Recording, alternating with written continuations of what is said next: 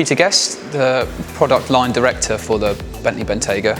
We've heard about the brief which Marcus created, and when it was passed over to you to then deliver that brief, did you think it actually represented a bit of a risk for the brand?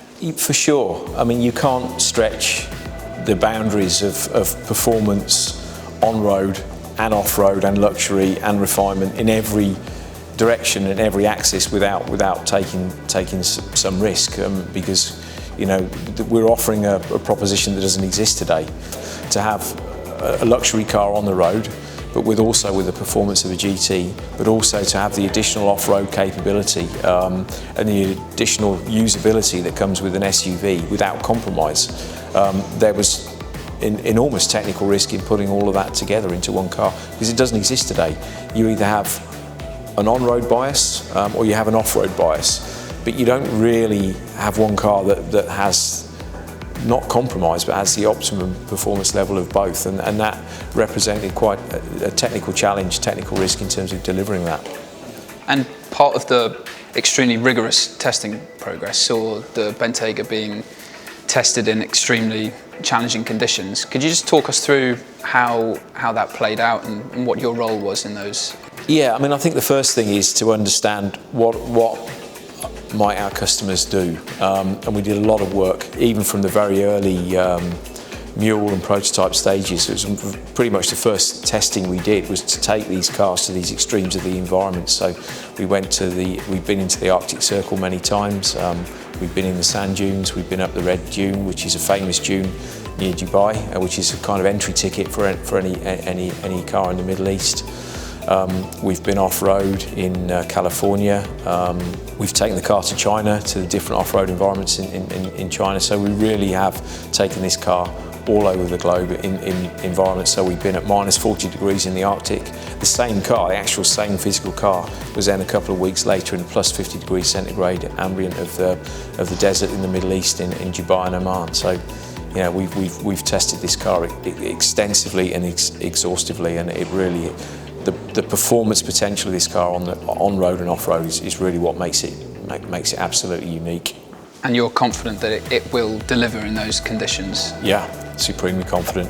As I said, I was in Dubai in the sand dunes just last Sunday, and you look at the extremes of the performance demands on a car there. You can imagine climbing up a sand dune, a 45-degree slope, holding the car in first gear and driving it just straight up that slope, not diagonally across, just straight up to the top. That takes enormous power, enormous drive, and it takes some very clever engine controls and vehicle controls and dynamic controls as well, and the car was just faultless, absolutely faultless.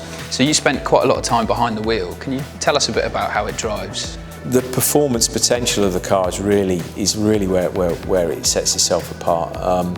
We've got 900 newton meters of torque. We've got over 600 horsepower.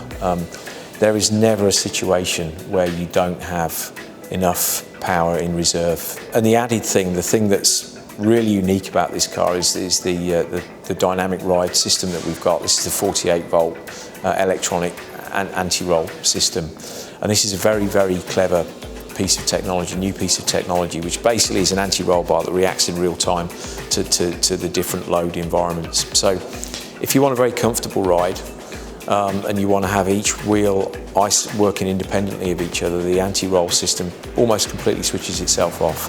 So you don't get this very stiff, very jiggly ride at low speed in town. It's very comfortable, limousine-like. But at high speed or in dynamic driving environment or anything like that, then the anti-roll system goes in exactly the opposite. It really stiffens the car up and resists roll quite considerably, to the extent that the car will corner almost flat. So it will take inputs from the chassis computer. It will tell how much the car is rolling, how much it's pitching fore and aft. It will take inputs from the suspension. So if you get sudden harsh input to one wheel, it will back off the anti-roll system to absorb the bump a lot better. And it's that on top of the other sort of systems we've got in the car that really set it apart dynamically from anything else. The performance feel from a standing start is quite astonishing for a car of this size. It's also very light. relative to its size. It's 2,400 kilograms. It's an all aluminium body structure, quite a low centre of gravity, so that also adds to the dynamic feel of the car. A lot of the materials in the interior, they're going to add extra weight to the car. Was there ever a consideration to maybe sacrifice some of that opulence and some of that weight inside to then get to eke out the extra performance and lower emissions?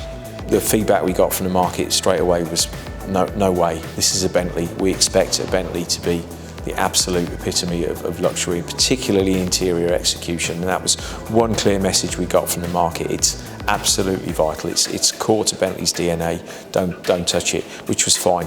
But I think we've done a considerable job in getting weight out of the car. As I said, it's just around 2,400 kilograms, which is, for a car of this size in this class, is absolutely class leading. The body structure is about 250 kilograms lighter than it would have been if it was in steel, as an example of the weight saving measures. The engine, even though it's more powerful than the current generation W12, is quite considerably lighter. So there's been a huge amount of effort throughout the car in getting weight out, but it's the new features that have brought the weight in that have compensated for it to some degree.